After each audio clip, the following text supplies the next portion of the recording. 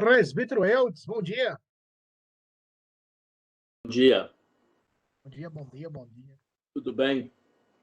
Tudo bem, graças a Deus. Que bom. Seguindo a orientação do pastor Ângelo, eu peguei um cabo aqui, um cabo da internet, que talvez seja o problema com o meu Wi-Fi, que ele fica caindo. Aí eu conectei o cabo não sei se é modem, no receptor e no computador. Espero que não caia hoje. Uhum, tá certo. Bom demais. Sem dúvida. Dia bonito, né? Graças a Deus. Pô, esse ano no frio tá demorando passar, não tá? Ou é normal?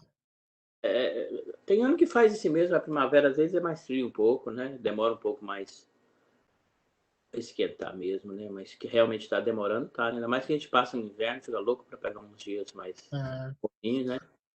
É porque eu me lembro que ano passado, que eu estava aqui, né? Já tem o quê? Um ano e 3 meses que eu estou aqui na cidade. Então, ano passado eu me lembro que a partir de março para abril já começava as flores ali a aparecer. E aqui até agora eu não estou vendo flor aparecendo, fica esse frio, né? Era mais, ano passado estava mais quentinho, tinha mais flores nessa época. Você acha, pastor? Bom dia. Eu devo, Sandra, eu acho. Da minha experiência de um ano e 3 meses embora. Teve um É ano, uma experiência, né? teve um, bom, teve um ano aqui que deu uma neve, cara, acho que foi 1º de abril. Hum, Deu mais de um palmo de neve, cara, pra você ter uma ideia. 1º de abril, nossa. 1º de abril. Bom dia, Eudes. Bom dia, tá bom? Eu tô, e você? Tudo bem, graças a Deus. Dá para observar, eu tenho alguns irmãos no Facebook da igreja e eles compartilham, né, as fotos de 2016, daí vai vários anos. E tem alguns irmãos que compartilharam fotos de março, final de março com neve, assim, que eu falei, vixe, o negócio Vai sim. Aí no outro o dia, negócio tá intenso. já tava morninho, assim, derretendo tudo. Tava até enxurrada na rua, sabe? Bom dia, meus queridos. Bom dia, Daniel. Bom dia, Dani. Você tá Dia, Dani, esverdeado acordou hoje. cedo? Todo Deixa esverdeado. eu falar uma coisa para vocês. Eu achei que hoje ia ser diferente. O que aconteceu? Como assim? Eu tô- Era hoje, não ia mudar o curso? Não, hoje. Ah, ele é das 4. Não, não, eu acredito, ainda não recebi nenhuma orientação. Então, a gente vai continuar com os nossos.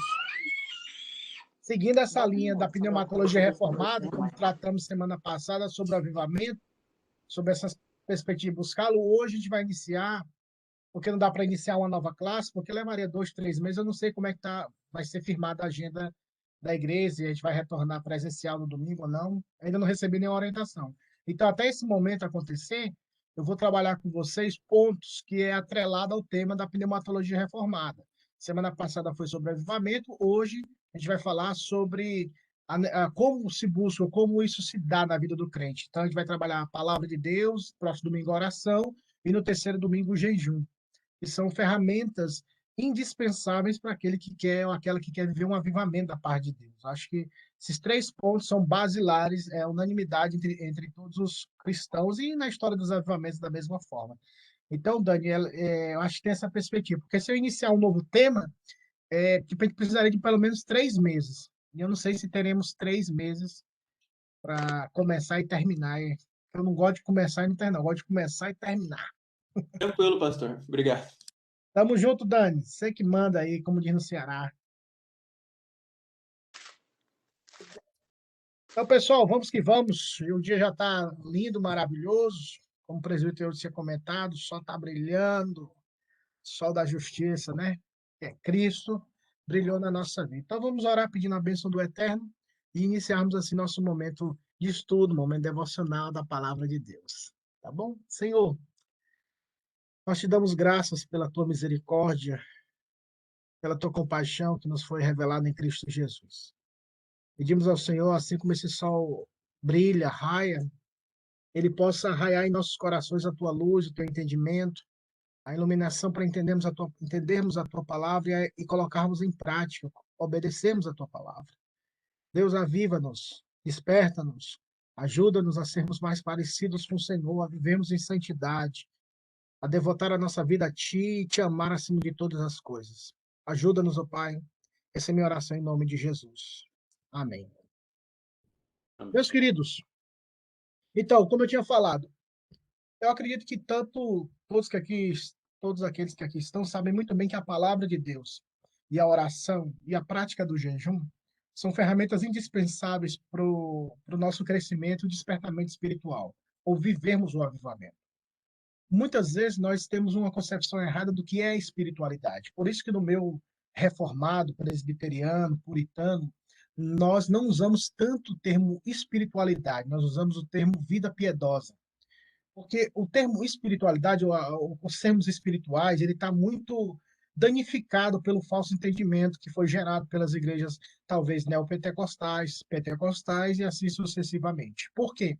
Porque quando se fala aquela pessoa, pessoa espiritual, dá-se a entender, ou nós temos a apreensão de que aquela pessoa não vive nesse mundo. Ela vive fora desse mundo, é uma pessoa espiritual. Ela não vai no, sei lá, ela não vai no McDonald's, ela não vai no boliche, sei lá. Ela não participa dessas atividades que nós entendemos que são humanas. Então, vem muito desse contexto mais pentecostal, quando eles começaram a citar essa expressão, irmão, isso é do mundo. Essa prática é do mundo. O crente não faz essa prática, não tem essa prática. Então, cria-se todo esse estereotipo da espiritualidade que é estar longe do mundo, estar fora do mundo. E quando nós saímos do mundo, ou quando nós saímos desse campo de influência, se cumpre aquilo que antigos pastores falaram, que a gente falou que era tanto o diabo que o diabo pegou mesmo para ele. Então, nós deixamos de influenciar a sociedade, nós deixamos de influenciar a política, nós deixamos de influenciar tudo. Hoje, isso no contexto brasileiro, eu vou falar mais que tenho aprendido mais no contexto americano, mas no contexto brasileiro, você pode ver que agora é tudo evangélico. Tem a ótica evangélica, o hospital evangélico, sei lá, o hambúrguer evangélico, tudo é evangélico. Então, a gente quer que aquele público evangélico vá para aquele local. E nós não adentramos na sociedade como deveríamos, influenciando pessoas. Não colocando só um título evangélico, sei lá, pizzaria evangélica, tudo evangélico. Aí quem não é católico, quem é católico, espelho não vou ali porque é evangélico. Então, a forma de influenciar, ela é muito equivocada como deveria ser. E eu acho muito interessante, por isso que eu incentivo os irmãos a lerem as obras dos puritanos. Os puritanos, eles tinham essa concepção de que tudo é de Deus, que nós devemos estar influenciando todas as camadas da sociedade. Nós devemos investir na educação, investir na saúde, investir em vários aspectos. E a nossa vida como cristãos, ela deve adentrar nesse ambiente. Então, a história da igreja mostra que puritanos, como a Universidade Harvard aqui, vem do nome de um puritano que doou terreno, e instituições de escolas, universidades e outras instituições. No Brasil, por exemplo, quase todas as igrejas presbiterianas que foram plantadas por americanos, elas tinham a igreja e um colégio do lado. A igreja e o colégio. Por quê? Porque eles acreditavam que eles acreditavam que o evangelho não poderia, mas deveria adentrar no meio da sociedade. Então, nós não podemos cair nesse erro de achar que podemos particularizar, privatizar a espiritualidade. Nós devemos fazer com que ela possa reverberar, o mundo possa ver as nossas atitudes, a nossa pregação, a nossa conduta e assim sucessivamente. Então, tudo isso passa por essa perspectiva bíblica da palavra de Deus. Porque se somos crentes de verdade, se nascemos de novo e a palavra de Deus ela é inegociável nesse aspecto, se você nasceu, nasceu. Se você não nasceu, não nasceu. O Senhor Jesus sempre demonstrou isso nos evangelhos, principalmente no Sermão do Monte, quando ele fala aquela máxima que diz: não podeis servir a dois senhores. Ou você se dedicará a um e desprezará o outro. Ou você amará um ou odiará o outro. Não há parcialidade. Lembram daquela historinha que a gente conta para as crianças e para crente velho? O homem estava em cima do muro, o anjo de um lado e o demônio do outro. Vem para cá, e o anjo gritando: vem, vem, vem, vem, vem. E o capetinha caladinho, sem fazer nada. todo caladinho, e o anjo vem, pula para esse lado, pula, pula, pula, pula. Aí o rapaz que estava em cima do muro perguntou, ô, por que você não me chama, ó, demôniozinho? O anjo está esgoelando aqui, gritando para que eu pule para o outro lado e você não fala nada. E o capetinha falou, é porque o muro é meu. Então, se está no muro, pertence ao demônio, não tem parcialidade. Não tem esse aspecto de dizer, ah, talvez, se der.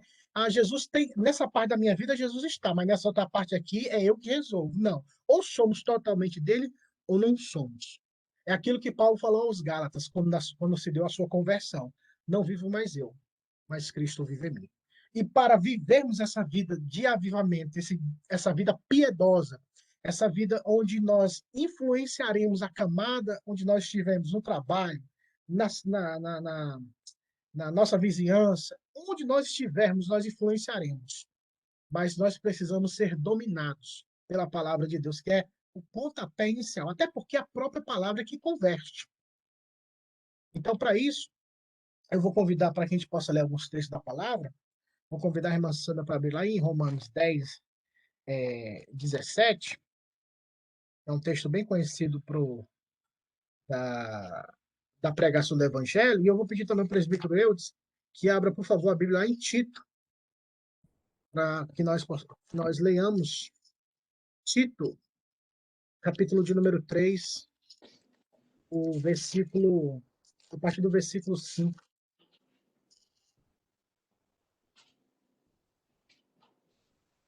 Primeiro a irmã Sandra, por favor, Ok. 10, 17, e depois o presbítero Eudes, a partir do capítulo 3, versículo 4, perdão, até o versículo número 7. Vamos lá. E assim a fé vem pela pregação, e a pregação pela palavra de Cristo. Então, a pregação é que gera fé, nova vida. É a palavra de Deus. Então, quando ela é pregada, ela gera vida. Tanto ela gera vida, como ela dá continuidade a essa vida. A gente vai ver isso mais à frente. Vamos lá, presbítero, por favor. A gente não consegue te ouvir, presbítero. Eu esqueci de abrir. Pronto. Quando, porém, se manifestou a benignidade de Deus, nosso Salvador, e o seu amor para com todos, não por obras de justiça praticadas por nós, mas segundo sua misericórdia, ele nos salvou mediante o lavar regenerador e renovador do Espírito Santo, que ele derramou sobre nós ricamente por meio de Jesus Cristo, nosso Salvador, a fim de que, justificados por graça, nos tornemos seus herdeiros segundo a esperança da vida eterna. Então, quando fala lavar regenerador, aí Paulo também fala aos Efésios, que esse texto não vai ler, mas com certeza vocês conhecem, quando Paulo faz a analogia entre o marido e a mulher e Cristo e a igreja, que Deus em Cristo, ele santificou a igreja, purificou pela lavagem pela lavagem da água, pela palavra, para apresentar a si mesmo uma igreja gloriosa, sem mácula, nem ruga, nem coisa semelhante, mas santa e irrepreensível.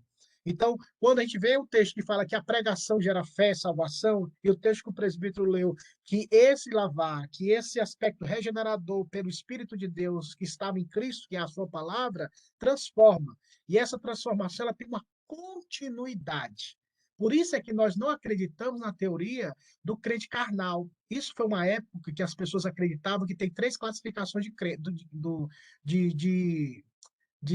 classificação diante de Deus, uma classificação humana. O homem sem Deus, o homem espiritual e o homem carnal. O homem carnal é como se fosse aquele crente que foi convertido, mas vive na carne. Isso é uma teoria que, no meu ponto de vista, foi mais elaborada no contexto batista, para argumentar que essa perspectiva que o crente pode ter esse período de carnalidade ou ser carnal.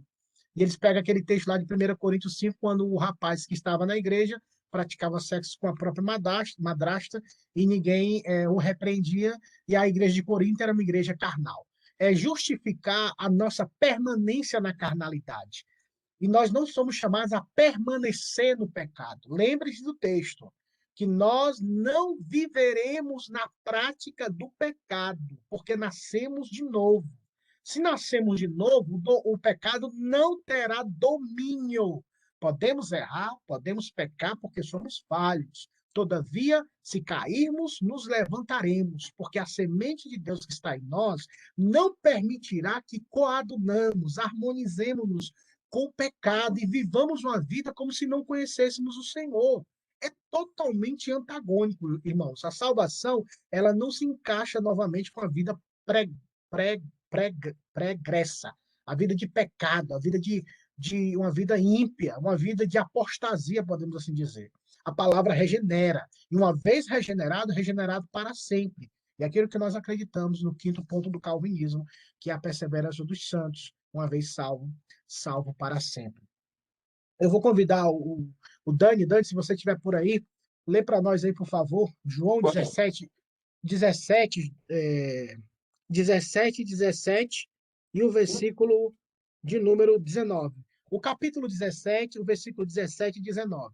Então, enquanto o Dani chega lá, perceba, esse aspecto da salvação pela palavra e a continuidade dessa vida santa, essa vida piedosa que é gerada pela própria palavra. Pastor, João 17, do 17 ao 19? O versículo 17 e o versículo 19. Você pula o 18. Mas se quiser ler, também pode ler. Lê 17 a 19. Tá bom. Santifica-os na verdade, a tua palavra é a verdade. Assim como tu me enviaste ao mundo, também eu os enviei ao mundo. E a favor deles eu me santifico a mim mesmo, para que eles também sejam santificados na verdade. Santificação. Perceba, olha a oração do Senhor Jesus. E nós temos a certeza que Deus nos ouvirá, porque quando nós oramos segundo a vontade de Deus, certo? E através de Cristo. Imagine se Deus pode nos ouvir por causa de Cristo, Deus nos ouvirá por causa de Cristo, quanto mais o próprio Cristo orando a Deus. Meus irmãos, Jesus orou pelo seu povo. E se ele orou, Deus, o Pai, o responderá, porque ele anda em harmonia eterna com o próprio Pai. E se o próprio filho pede, Pai, eu peço que eles, aqueles discípulos que lá estavam, e é tão gostoso que a gente pode aplicar na nossa vida, porque ele disse: eu não oro somente por estes, mas por aqueles que haverão de crer. Há uma oração atemporal. Então, Jesus Cristo orou por você, orou por mim, orou pelo seu povo. Na mente eterna de Cristo, ele orou por todos os eleitos, para que os eleitos sejam santificados, para que eles possam conhecer a verdade. E olha que Jesus pede: santifica-os na verdade. Essa verdade é o que, irmãos? É a palavra de Deus, o santo ensinamento do Evangelho. Santifica-os na verdade. A tua palavra é a verdade. E ele fala: e eu me santifico a mim mesmo para que eles, para quê? Para que eles sejam santificados na verdade. Ou seja, Jesus se santifica para que haja possibilidade, não, para que haja efetivação dessa santificação na vida dos seus eleitos, do seu povo. Avivamento, despertamento espiritual está intimamente atrelado a uma vida de santidade. Novamente, se você entendeu o que eu falei lá no início da aula, santidade, espiritualidade não é aquela coisa assim que antigamente. Eu me lembro que eu tinha esse estereotipo. Quando eu fui para a igreja, o Senhor transformou minha vida. Eu tinha as únicas camisas sociais que eu tinha era das festas juninas. Lembra das festas juninas? Que era aquelas camisas de mesa, né? Que a gente fala que cheio de quadradinho. E eu fui para a igreja com o irmão David, que ele me convidava. Aí eu fechei até aqui, irmãos. Nessa época eu ainda tinha mais pescoço, eu engordei um pouquinho. E eu fechei até aqui, fui, porque eu achava que eu estava indo para um local santo, manga longa, tipo, né, daquele jeitão. Aí fechei até o pescoço, coisa que eu nunca tinha fechado, mas porque já estava crescendo em mim aquela perspectiva de local santo. Mas o entendimento eu não tinha. Mas eu pensava que tinha que cobrir todo o corpo. Então, não enquadremos a santidade no aspecto estereotipo. Todavia, nós também não podemos esquecer da modéstia cristã, tanto para homens como para mulheres. A conduta e a modéstia cristã. Não somos chamados a sermos instrumentos de sensualidade e carnalidade. Nós somos chamados a ser instrumentos de piedade e mansidão. Não é como nós nos vestimos, é por quê e para que nós nos vestimos. Então, nós precisamos ter esse cuidado. Então, Cristo santificando a nossa alma, o nosso coração, como o Senhor Jesus disse, ele limpa por fora e limpa por dentro. É o que o Senhor Jesus falou dos fariseus, que eram hipócritas. Vocês limpam o exterior do prato, mas internamente ele está imundo, está sujo. Limpe por dentro e limpe por fora. Igual aquelas pessoas falam, né? Não, Deus conhece o meu coração. Deus sabe que eu tô andando pelado, mas Deus sabe que não é para não é para glória dele. Mas então a gente tem que ter muita prudência. Até a Bíblia fala sobre a modéstia cristã, tanto para homens como para mulheres, né? Porque a gente fala isso só para as mulheres, mas tem homem aí que anda de um jeito assim que eu vou te falar, viu? Brincadeira. Então, tenhamos cuidado. Novamente, o verdadeiro avivamento ele vai surgir primeiramente nos corações daqueles que foram salvos, porque foram chamados pelo Senhor. Como consequência disso, a palavra de Deus, como o Senhor Jesus disse, santifica-os. Esse avivamento, esse despertamento vem por intermédio da palavra. E hoje eu quero focar um pouquinho sobre a palavra de Deus, como ela é necessária para vivermos uma vida de avivamento, uma vida de despertamento, para não vivermos aleijados espiritualmente, irmãos. Para não vivermos capengas espiritualmente falando, para não vivermos uma vida medíocre, onde somos espirituais somente no domingo, somente em algumas reuniões esporádicas, porque o aspecto religioso exige isso, porque a religiosidade não perdoa ninguém, você tem que aparentar perfeito, você não precisa ser, mas tem que aparentar. Então a religiosidade falsa, ela pede isso. E é muito mais fácil para nós vivermos esse aspecto falso da religiosidade do que vivermos a vida cristã, a vida piedosa, a vida santificada em Cristo Jesus.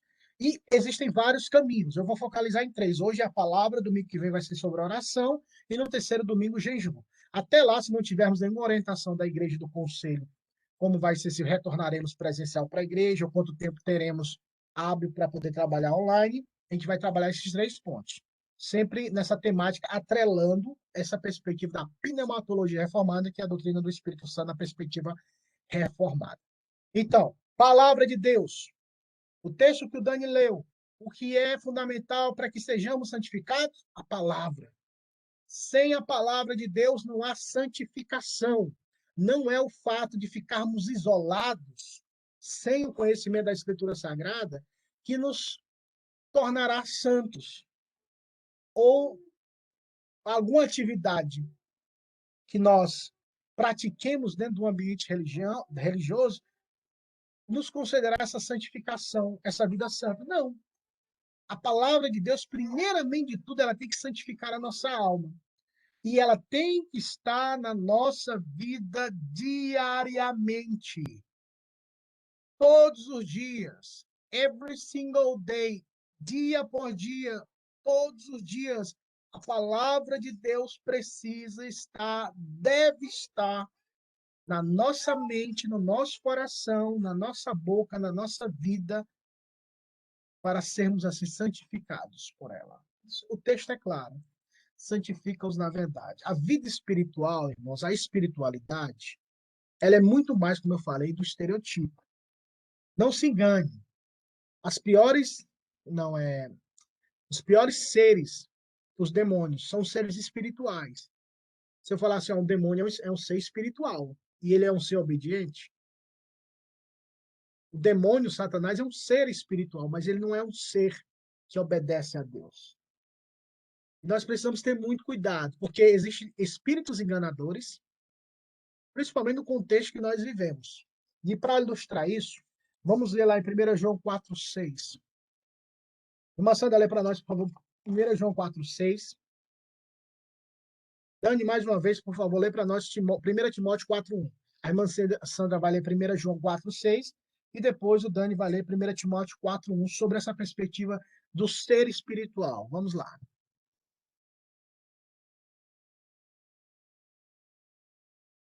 Estou anotando aqui no meu celular que eu estou sem papel. Então, 1 João 4,6. Positivo. Nós somos de Deus, aquele que conhece Deus nos ouve. Aquele que não é da parte de Deus não nos ouve. Nisso reconheceremos o espírito da verdade e o espírito do erro. Perceba como ele fala, espírito do erro. Tanto tem uma questão espiritual de influência demoníaca que pode levar a pessoa ao engano. Então, tenhamos cuidado em relação a isso. Espiritualidade não significa necessariamente viver essa realidade toda espiritual sem obedecermos e conhecermos a palavra de Deus. Perceba, até demônios, espíritos do erro, mas não significa que esses espíritos são obedientes à palavra. Vamos lá, 1 Timóteo 4:1, Dani. Ora, o Espírito afirma expressamente que, nos últimos tempos, alguns apostatarão da fé, por obedecerem a espíritos enganadores e a ensinos de demônios. Rapaz, isso é forte, hein? Lê de novo aí, Dani, por favor, o negócio é forte. Ora, o Espírito afirma expressamente que, nos últimos tempos, alguns apostatarão da fé, por obedecerem a espíritos enganadores e a ensinos de demônios. Meus irmãos, perceba isso, que nos últimos tempos, que é depois da morte de Cristo, já estamos vivendo os últimos dias, os espíritos imundos, espíritos demoníacos, e essas pessoas darão ouvidos. Sabe por quê? Porque isso coaduna com a minha carnalidade. E hoje eu não concordo com isso, por exemplo. E aí eu não dou procuração para ninguém para falar no meu nome, viu, irmãos? Eu falo por mim mesmo. Eu não concordo quando a pessoa fala assim, meu irmão, procura uma igreja que você se sinta bem. Ou procura uma igreja que você se sinta à vontade. Não, irmão, está errado. Porque se eu não me sentir bem, Deus se preocupa muito mais com a minha santidade do que com a minha felicidade, irmãos. Deus quer crente, servo de Deus, santificado, porque a Bíblia é clara, sem santificação ninguém verá o Senhor. E a santificação, para mim, é sinônimo de avivamento, despertamento, que é gerado pela palavra. Olha a palavra de Deus advertindo que as pessoas nos últimos dias darão ouvidos a espíritos enganadores. Pessoas que distorcem a verdade de Deus com pretexto de piedade, como disse Paulo a Timóteo. Eles têm até aparência de piedade, mas eles negam a eficácia desta. Paulo fala a Timóteo, destes, afasta-te. Não há comunhão, não há parceria, não. Eles negam a piedade, eles têm aparência, mas negam a eficácia dela. Nós somos chamados, irmãos, a negarmos a nós mesmos. A palavra diz que aquele que quiser salvar a sua vida, perdê-la-á. Mas aquele que perder a sua vida por amor de Cristo, acha-la-á, meus irmãos. Nós precisamos entender que nós precisamos carregar a nossa cruz. Jesus, pai, deixa eu te seguir. Não, ei, peraí, as raposas do céu têm covil, as aves do céu têm, mas eu não tenho nem onde reclinar a minha cabeça. Disse o Senhor Jesus, meus irmãos. Avivamento é renúncia.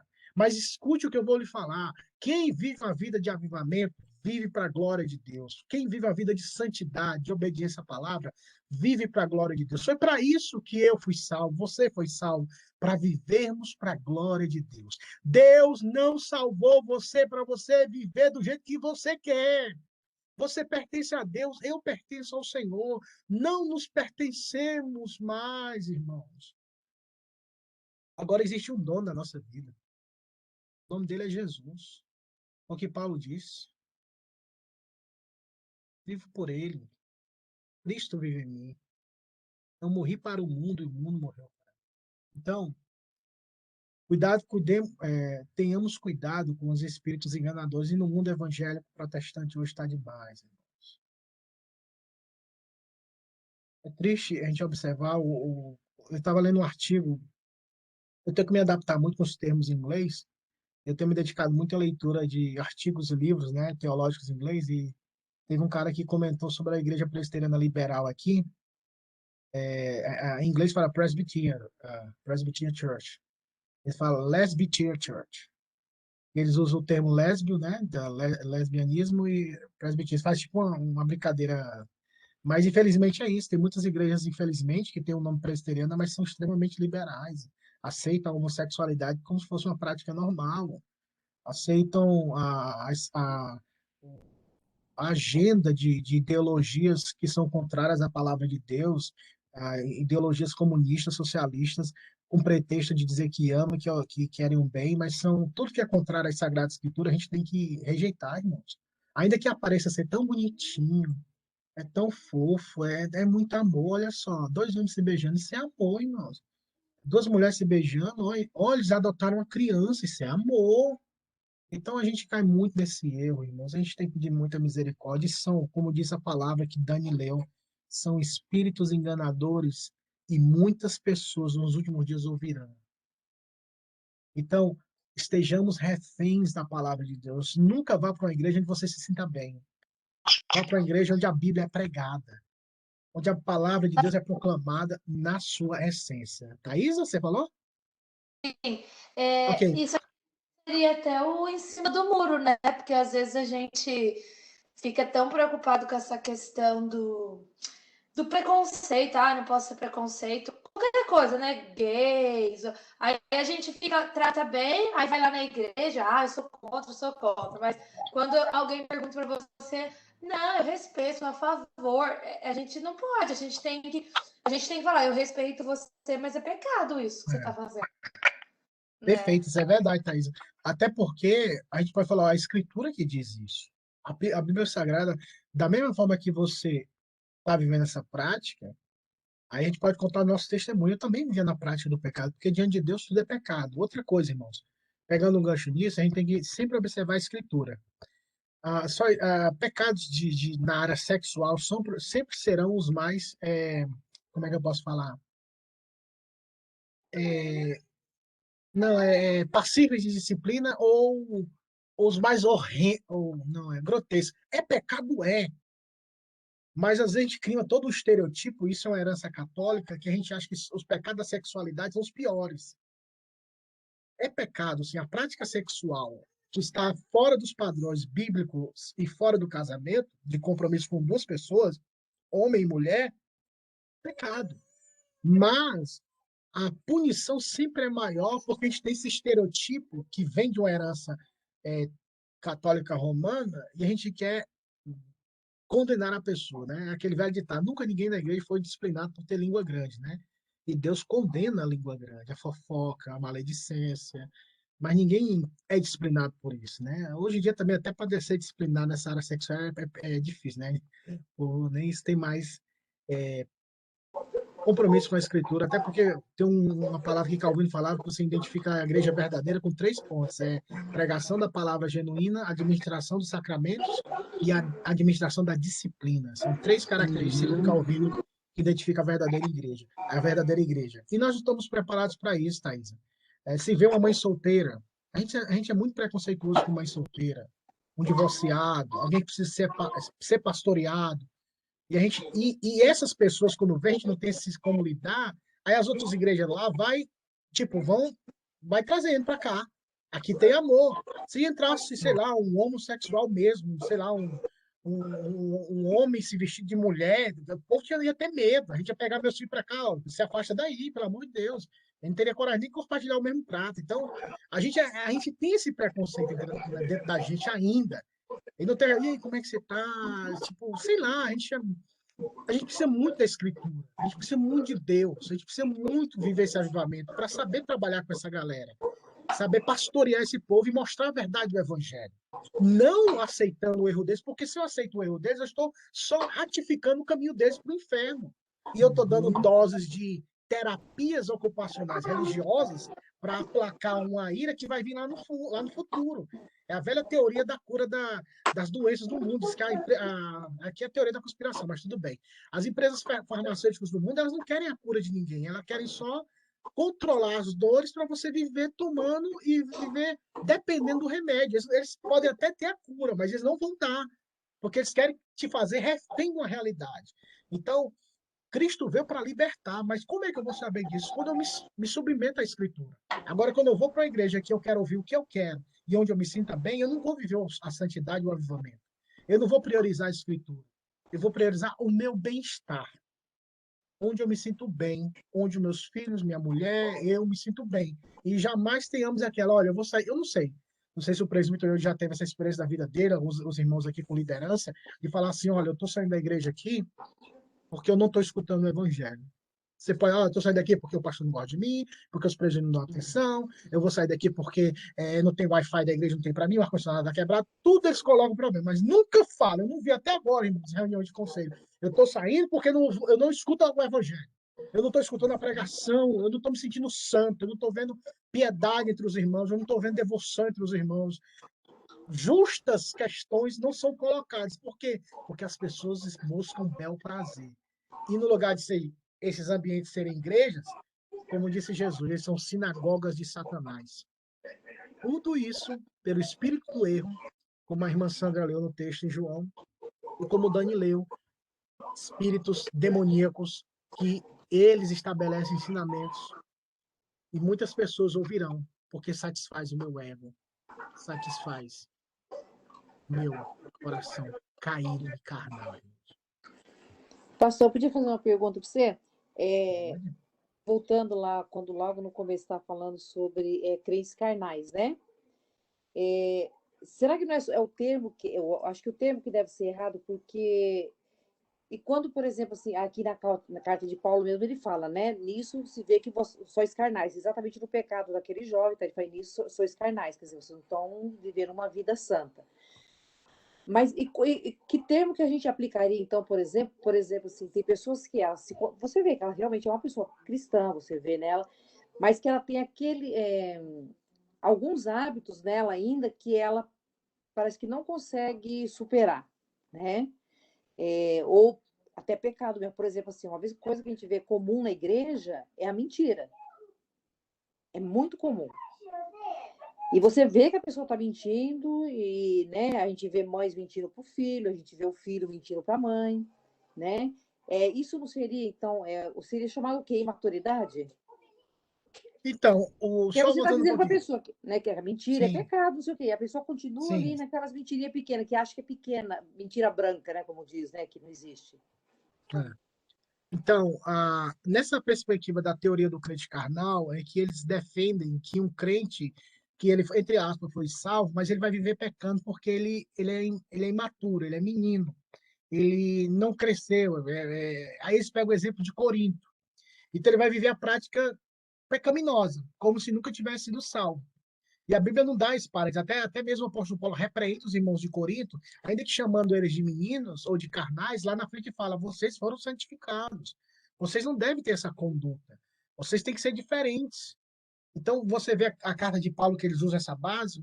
Paulo chamando os irmãos de Corinto: olha, venham para cá. Eu quero que vocês entendam uma coisa. Vocês foram santificados. Vocês foram redimidos. Vocês não podem ter essa vida ou viver essa vida carnal.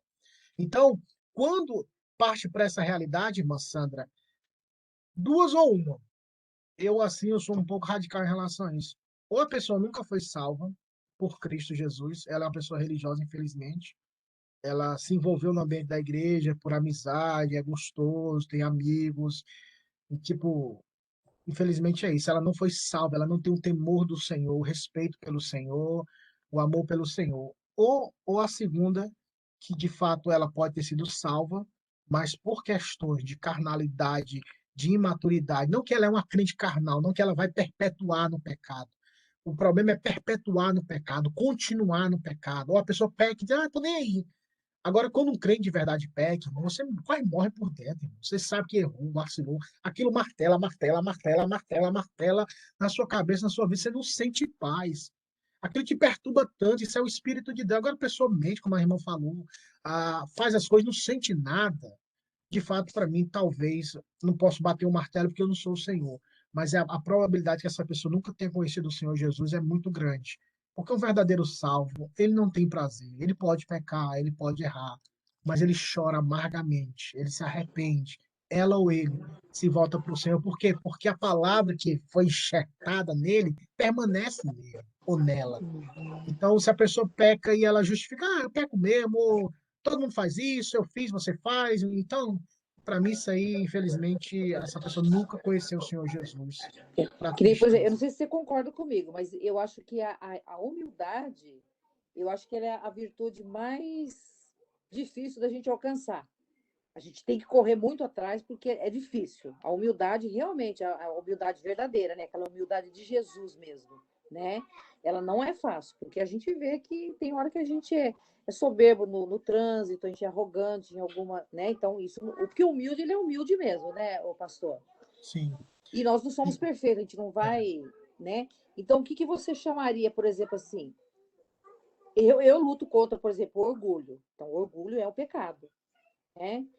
E então, como é que eu posso. Não digo, é uma prática do pecado. O orgulho é uma prática? Não consigo não, é. entender. Então, quando falo prática, são obras externas efetivas, Ah, entendeu? tá, ok. Então, Prática quando você é fala assim, capacidade. quando você, claro que nós lutamos contra o pecado, claro que nós lutamos diariamente. A luta, por exemplo, uma pessoa que é homossexual chega, olha, pastor, eu sou homossexual, fala, não, você não é. Você luta contra a Tem homossexualidade. desejos homossexuais, Isso, né? tem desejo homossexual, você luta contra isso, então você vai ter que lutar contra essa realidade. Essa realidade ela não pode mais te dominar como antes. E só o fato de você lutar já é um bom sinal, porque algo foi transformado na sua vida. Agora, quando não há luta, não há batalha entre a carne e o espírito, que Paulo já nos alertou sobre isso, que há uma batalha entre a carne e o espírito, nós precisamos entender que nós precisamos fortalecer essa base. Como fortalecemos essa base? Pela leitura da palavra. Por isso que o avivamento ele é importante e passa pela palavra. Ah, vencer o orgulho, ou vencer essa prática, esse pecado, podemos dizer, ou mortificar, como disse Paulo, mortificar a vossa natureza pecaminosa. Paulo fala isso aos Colossenses, que nós devemos mortificar, é um processo, e se dá por meio da santificação. Tem coisas, irmã Sandra, que Deus vai permitir, decretar, perdão, para sempre, para humilhar o crente. Porque o crente verdadeiro, a pior coisa que tem na vida dele é o pecado. Ele se sente mal, ele chora, ele lamenta, porque esse pecado não danifica no sentido primário ele, mas ele vê Jesus e fala: eu estou desonrando a Jesus. Eu estou desonrando o nome daquele que me amou, aquele que morreu por mim. Não é porque eu sou pastor, vou ser disciplinado, perder meu cargo. Não, o ponto é porque eu vou desonrar aquele que me amou. Eu quero mamá-lo, eu quero respeitá-lo, eu quero tributar a ele honra. E eu olho para mim mesmo, só vejo miséria. O Jonathan Edwards, se você ler o livro que ele falou sobre a espiritualidade cristã, ele fala que muitas vezes Deus permite isso para humilhar o crente. A própria confissão de fé diz que os crentes verdadeiros podem cair em pecado para serem disciplinados e para serem humilhados por Deus. Então, não jamais estaremos isentos de tentações ou pecados na nossa vida. Todavia, como disse Paulo, o pecado não reinará. Podemos cair, mas não reinará. E outra coisa, e a vida cristã é uma vida do progresso, de crescimento e santidade. Há 5 anos, o Jeff era uma pessoa. Hoje, o Jeff tem que ser diferente. Então, hoje, particularmente, como a irmã Sandra falou, na minha vida eu vejo que muitos Né, pecados pastor? foram... Oi? Você vê um progresso, né? A vida ela é Isso. progressiva, Não né? tem como dizer, sou cristão, não tem progresso, não tem crescimento espiritual, não ama o Senhor, não conhece Bíblia, tem 30 anos de igreja, tipo, não dá.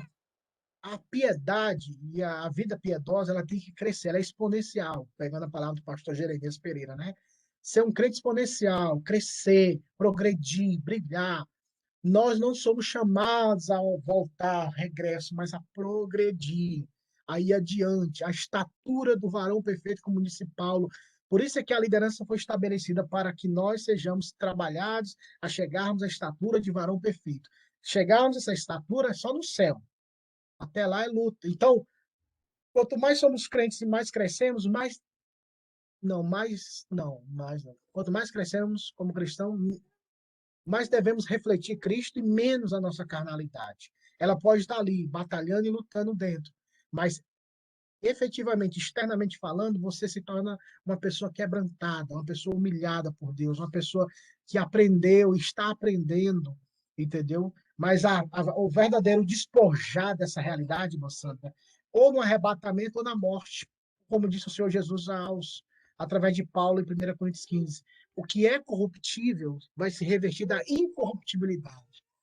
Então, só acontecerá no final. Até lá tem que ser essa batalha. Por isso, vida cristã não é summer camp, não é colônia de férias. Vida cristã é batalha, irmãos. Já, não sei se aconteceu isso com vocês, eu não sei se vocês, comigo que sou pecador, acontece às vezes. Estou no culto, aí vi uma cena de 10 anos atrás, coisa horrível que vem, que vocês vem lá. Fala, meu Deus, o que é isso? Na hora do culto. Vem aquele pensamento, vem coisa que você fez, aí você fica, meu Deus, me ajuda. Aí se você pensa, fica lá. O tempo bom aquele. Fiz isso, fiz aquilo. Se você alimentar, o diabo, o bicho é sagaz, irmãos. Ele é melhor do que aquele metaforando lá da internet. Ele vê a linguagem do corpo da gente e ele consegue identificar: opa, a seta entrou. Eu joguei uma seta e a pessoa entrou na cabeça porque a linguagem corporal fala. Melhor que o cara lá do metaforando. Se vocês têm que eu estou falando, né? O metaforando é um cara que não tem na internet que ele lê linguagem corporal e tal. Então ele vem, aí se ele viu que entrou um pensamento, ele vai trabalhando. Vou jogar outro, vou jogar outro. Isso vai alimentando, alimentando, e aquilo que Tiago falou em Tiago, capítulo 1 e 2, que se nós concebermos o pecado, e o pecado, uma vez gerado e consumado, existem as etapas do pecado. Então, se nós lutamos aqui, essa luta é travada, irmãos, ela é travada, ela é 24 horas, ela não para, mas maior que está em nós do que o que está no mundo, se de fato temos o Espírito de Deus. Então, eu jamais vou compactuar. Uma vez eu estava, há muito tempo, eu conversando já tem uns anos, assim, irmão, eu era solteiro. Eu acho que dá para compartilhar, não tem criança perto aí não, né, irmãos? Compartilhar um testemunho. E eu falando das minhas lutas, na época eu era solteiro, como dizia minha mãe, eu casei velho, né? Aí, eu como solteiro, tinha muita tentação, mano. Eu vim num mundo muito perverso, muito, assim, muito difícil. Eu tenho até vergonha de muitas coisas que eu fiz na minha vida antes de Cristo. E eu tinha muita tentação, muito problema na área sexual. Eu vim conversar com um querido pastor, querido que eu falo assim, que é, eu não sei, mas falou assim, meu filho, tem hora que a gente tem que aliviar, meu filho. Eu olhei assim para ele, e ele falando, né? E ele falando da questão, né? Desculpa, da masturbação. E ele falou, você tem que se aliviar, às vezes você tem que se desestressar. Então, Deus permite isso às vezes e tal. Aí a gente vê esses conselhos assim, fala assim, caramba, meu Deus, eu quero ser santo homem. Porque, irmão, como dizia, isso é verdade, ninguém se masturba pensando na parede, né, irmãos? Ninguém se masturba pensando no poste. Toda a questão de sexualidade, você pensa em alguém, tipo, não dá, você alimenta. E a área sexual é um negócio que se você não travar ali, irmão, se você der uma brecha, acabou. Quando eu aconselhava muitos casais namorando, né, os meninos namorando, adolescentes, jovens, eu falava, olha, segura essa mão, pelo amor de Deus. Segura essa mão. Porque se a mão abaixa, ela vai querer mais. Você sempre quer mais. Você quer mais. Você quer mais, quer mais. De repente você pratica o ato sexual. Você tem que se policiar. Tem que evitar. Não fica sozinho no escuro. Porque senão uma coisa puxa a outra, irmãos. O pecado é assim, irmãos. O pecado é maligno. Parece que o pecado parece ter mente. Ele pensa, vou trabalhar nisso, vou fazer isso, vou fazer ficar, ou ela ficar sozinha, vou mandar uma mensagem, vou mandar um vídeo. Sei lá, o diabo é sujo, irmãos. E nós precisamos estar fortalecidos no Senhor. Igual José. Na hora que a tentação vier, ó, corre, nego, perna para quem te quer, meu filho. Não enfrenta esse diabo, não. Não enfrenta essa pombagira, não. Corre, pega, pega, pega. Porque a gente não suporta, irmãos. A carne é fraca, como disse o Senhor Jesus. Então, por isso, tem hora que você tem que. Com o diabo, a Bíblia fala, resistir ao diabo firme na fé, e ele fugirá de vós. Mas quando Paulo fala a Timóteo sobre os desejos da mocidade, da carne, ele fala, foge. Então, meus irmãos, a Escritura, tudo isso vem da Escritura. E se nós meditarmos na Escritura e aplicarmos a Escritura, nós viveremos o avivamento. Então, primeiro de tudo, espero que também tenha ajudado, irmã Sandra, a orientação, a palavra. Se quiserem fazer perguntas, colocações, irmãos, por favor, fiquem à vontade. Então, para vivermos o avivamento, o crescimento espiritual, nós precisamos da palavra. E entendermos a palavra de forma correta. Porque, como tem essas denominações, eu vou, por exemplo, fazer algumas alusões. Algumas denominações, elas pegam a palavra e falam, mas a gente está pregando a palavra. Aí você tem que entender a palavra, porque senão você vai ser ludibriado, porque a pessoa fala bonito, a pessoa é um teólogo, uma teóloga, tipo, e você não tem devoção à palavra, aí você se deixa levar. Aí a pessoa fala, ei, Davi amou Jonatas. Está na Bíblia, é verdade, está na Bíblia. E eles falam que esse amor, e aí vai a ginástica teológica é grande para poder chegar ao ponto. Eles se amaram, tiveram uma relação. Porque aí você não vê em nenhum momento na Bíblia o outro falar que ama outro homem, a não ser Jonatas e Davi. Ah, você lembra de Ruth e Noemi? Elas eram lésbicas, elas se amavam, elas queriam ficar juntas. Entendeu? Aí vai criando, ó, Jesus ele teve discípulos, homens que andavam com ele. Então, se você for ver essa galera, você fica assim, meu Deus do céu. Para quem, né, nasceu de novo e tem a palavra de Deus, você fala assim, não dá, peraí, não dá. Não dá um negócio. Agora, quem não tem, fica aqui lindo. É verdade, Deus é amor. Deus respeita a minha decisão. Porque eu nasci mulher no corpo de homem. Então, foi ele que me fez assim. Já tem que falar, foi ele que me fez assim. Tem uma igreja em São Paulo, esse negócio das igrejas homossexuais estão crescendo muito no Brasil. São Paulo, eles evangelizavam uma igreja chamada Igreja Contemporânea, coisa assim. Era uma pastora chamada Lana Holder, que era da Igreja Assembleia de Deus, que ela até pregou aqui pelas regiões. Tá? Era bem conhecido no Brasil na década de 1998, 99 até 2002, 2003. 5 anos ali pregava muito, dentro desse meio pentecostal. E hoje ela é casada com uma mulher e ela evangeliza dentro da passeata gay, sabe? Ela e a mulher dela. Aí evangeliza os gays para ir para a igreja dela, porque fala, olha, Deus, ele condena a promiscuidade. Olha só, irmãos. Deus condena a promiscuidade, adultério, prostituição. Mas se você tem o seu amor, você tem que casar, você tem que parar com essa promessa. Se você casar, Deus vai te abençoar. Olha só, tipo, ela pega meias verdades. É a velha, é aquilo que o Daniel leu. Espíritos de demônios, doutrinas, e as pessoas dão ouvido a isso. Só acho que o diabo fala assim: olha, o que Deus quer é o amor entre vocês. Se você é homossexual, foi Deus que te fez assim. Agora arranja um parceiro, uma parceira e viva os dois juntos. Aí você vai na igreja deles, tem louvor, não há Deus maior. Tudo de mão levantada. Vê um documentário, o povo chorando dentro da igreja, irmãos. Então, assim, é triste essa realidade e como isso incorpora. E pessoas vendo isso, falam, meu filho, mas que lindo, né? Então, meus irmãos, sem a Pastor, palavra, à nesse, vontade. nesse caso, por exemplo, essas pessoas, eles vão na igreja, estão sendo doutrinados aí por pessoas que conhecem a palavra, mas distorcem. No caso deles, eles já sabem que é errado, né?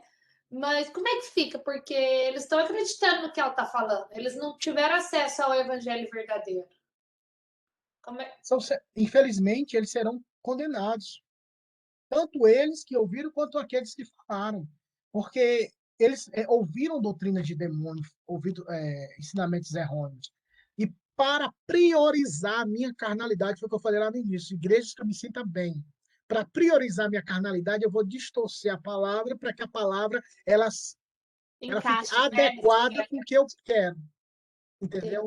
Que é Então, conveniente. o que é conveniente. Eu não quero abandonar essa vida. Eu acho tão gostoso, isso é bom, mas eu preciso de um Deus, eu preciso criar uma divindade que concorde comigo.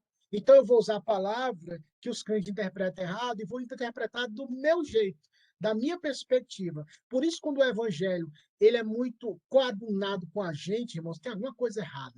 O evangelho ele é confrontador, o evangelho é mudança de vida, é renúncia dos prazeres, viver para a glória de Deus. Não é eu, é Ele que vive em mim. Eu devo amar Ele acima de qualquer coisa, acima de toda a minha mente, toda a minha alma. Então, é totalmente diferente. Quando nós abraçamos essas denominações, essas igrejas, infelizmente, elas estão sendo instruídas pelos espíritos imundos, eu acredito também, e pela própria carnalidade.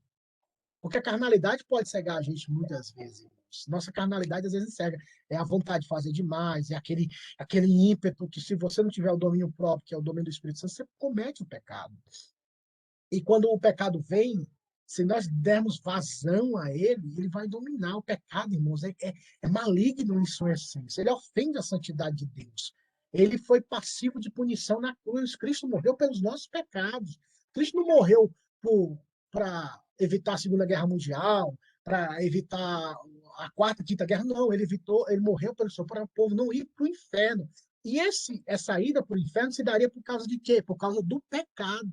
Para você ver a malignidade e o aspecto efusivo, essencialmente falando, da malignidade do pecado. Então, esse é o grande erro, Taizinho, que as pessoas elas querem uma igreja que se coadune com aquilo que elas querem, com a própria conveniência carnal e não a conveniência bíblica. Então, tais pessoas provavelmente nunca nasceram de novo, nunca conheceram o verdadeiro evangelho, mas uma pseudo-interpretação, uma pseudo-palavra. Então, por isso é que nós precisamos sempre estar próximos à palavra de Deus. Ler a palavra de Deus, buscar na palavra de Deus, ler a palavra de Deus. Tem amigos e pessoas, tipo, tenha comunhão com várias pessoas, mas procure pessoas que te ajudem a crescer espiritualmente. Pessoas que possam te ajudar, porque sozinho nós não aguentaremos. Aquela questão da comunidade, igreja, povo, ajuntamento.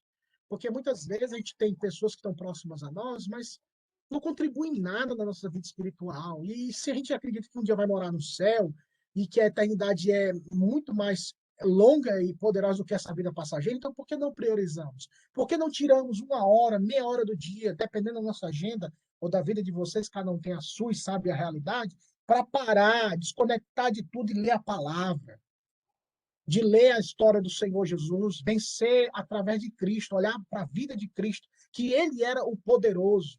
Ele era aquele que era o poderoso e mesmo assim não viveu a vida e nem pecou. Ele não foi orgulhoso, ele não foi soberbo.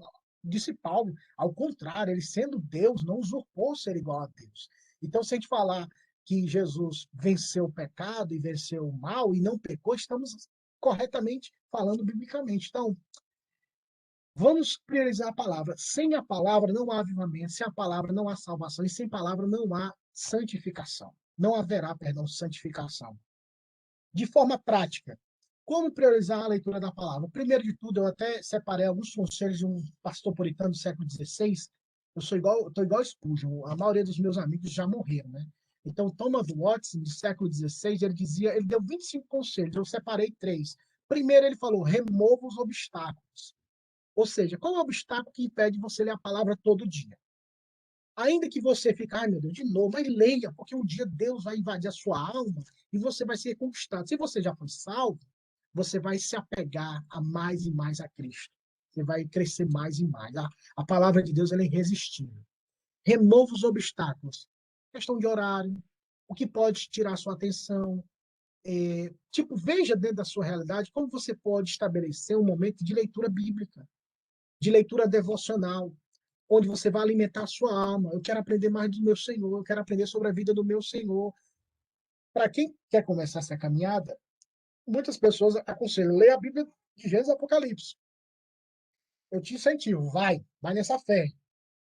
Mas, por vezes, você quer, pastor, eu quero começar devagar, leia o Novo Testamento todo, da vida do Senhor Jesus, mas nunca deixe de ler a palavra toda, de Gênesis e Apocalipse. Mas, para quem está começando, lê do Evangelho de Mateus a Apocalipse. Lê em carreirinha. Vai lendo dia por dia. Cria essa rotina. Remova os obstáculos. Celular, deixa, sei lá, offline, desliga. Ou fica no quarto. Ou, sei lá, veja a sua realidade que você pode tirar para que você possa ter esse momento de priorizar o Senhor. Se não priorizarmos o Senhor, não conseguiremos. Presbítero. Algumas coisas interessantes, pastor, que eu acho, com relação à leitura da Bíblia, eu sempre falo para as pessoas, quando você lê, quem é mais novo, assim, né, na fé e tal, está querendo aprender, quando você for ler o Antigo Testamento, é importante que você leia também, sempre leia procurando Cristo ali, né? O que esse texto tem a ver com Cristo, né? Como que ele está apontando para Cristo. Lembra que você está lendo muitas coisas ali que são sombra das coisas que a gente vive vir, né? Entende? E às vezes se esforce mesmo para ler, porque há dia que você não quer nem ler, não quer. Né? Às vezes você não está bem, ou está muito corrido e tal. E falo também para quem tem filhos, né? Leia a Bíblia para os filhos verem, leia a Bíblia com os filhos. Ensine os filhos a ler a Bíblia, force os filhos, né? Nós, brasileiros, não temos a cultura de ler como a gente vê nos americanos, né? Você vê os filhos dos americanos aí, a gente que trabalha nas casas dos americanos, a gente percebe, né? Tem filhos de americanos que nas férias eles comem livros, entendeu? O tempo todo.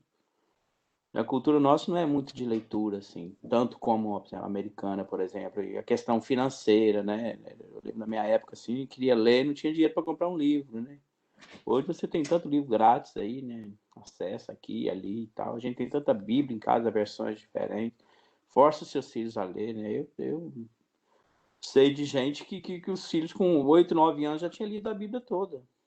Porque os pais ficavam em cima, você tem que ler se ele está entendendo ou não, mas ele vai aprendendo. Ele vai aprender a ler a Bíblia.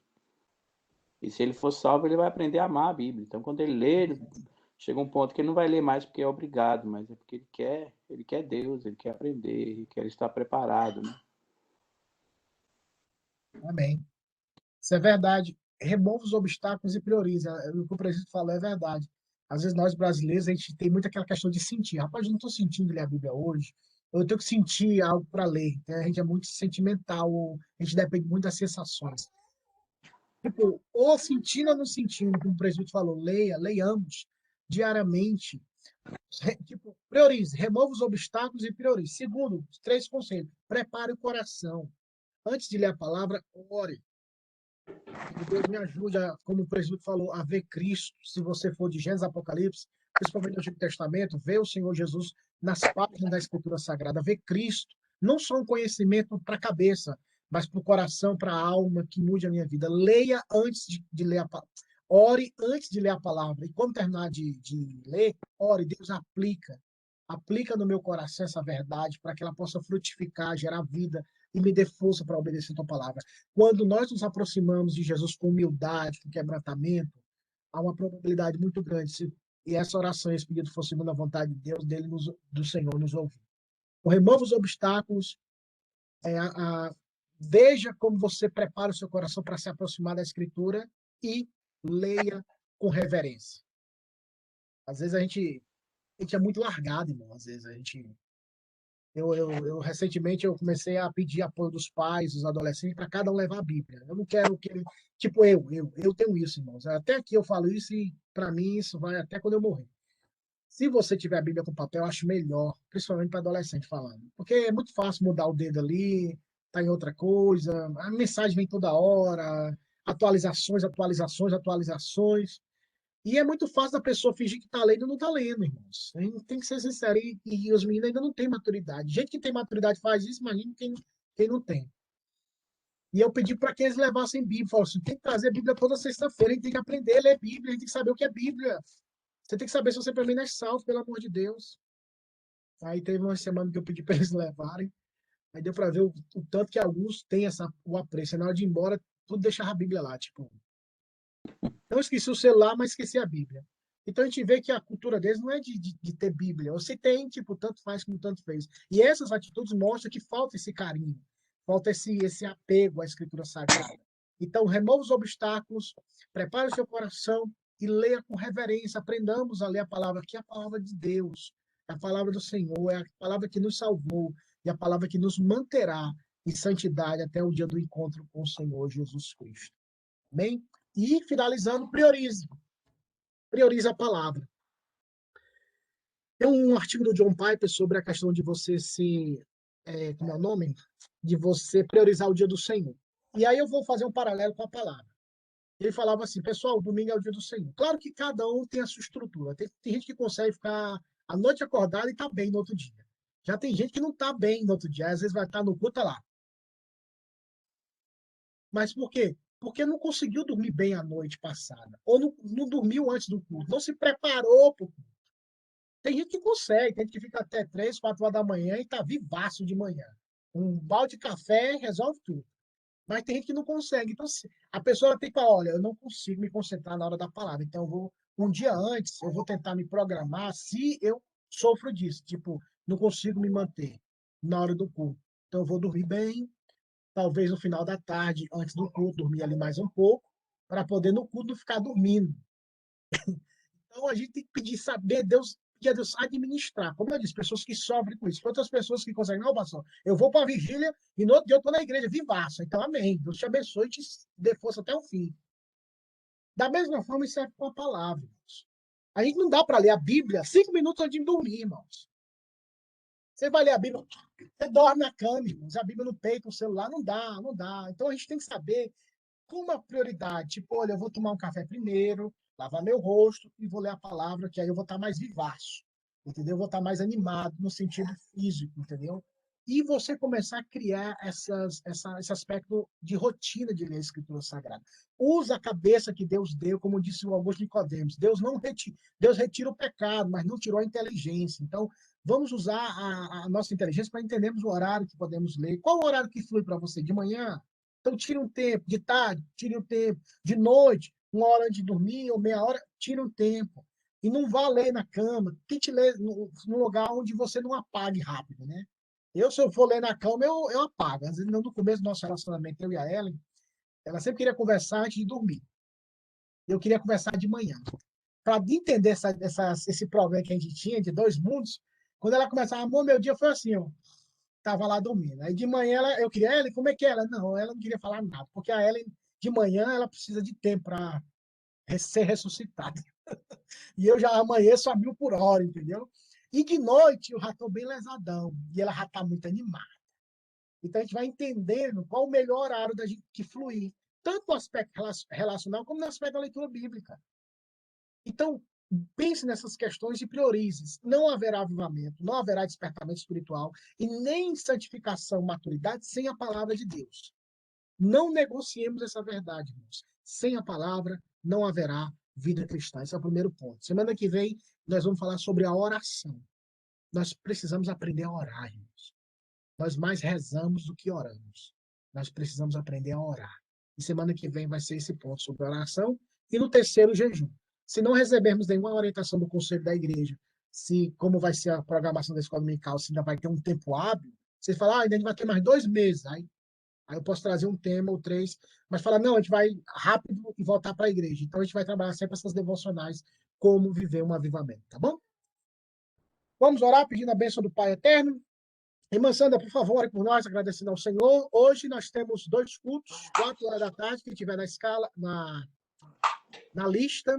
O culto começa às 4, e teremos também um culto às 6, ao Senhor, e a apresentação dos oficiais que foram eleitos, tá bom? Que estejamos hoje no dia do Senhor, alegres, na Feira da Alma. Irmã Sandra, ore agradecendo a Deus. Por favor, ore pela Gabi, pela Camila, pela Thaisa, para que Deus abençoe a gestação e que essas crianças sejam herança do Senhor, filhos na mão do valente. Amém. Senhor, graças te damos mais uma vez nesse dia. Te louvamos, ó Deus, porque o Senhor criou todas as coisas. O Senhor é o autor e consumador da vida. O Senhor é o autor e consumador da nossa fé. E o nosso coração está alegre, ó Pai. Hoje celebramos a Páscoa. Hoje nós celebramos, ó Deus, embora isso é feito todos os dias da nossa vida, mas hoje, como um dia nacional, ó Pai, internacional, mundial, nós celebramos o dia em que o Senhor ressuscitou. Aleluia. O Senhor deu a sua vida por nós, Pai, aquela cruz que era o nosso lugar. Ali, ó Pai, o Senhor derramou todo o teu amor por todos aqueles que o Senhor elegeu antes da fundação do mundo.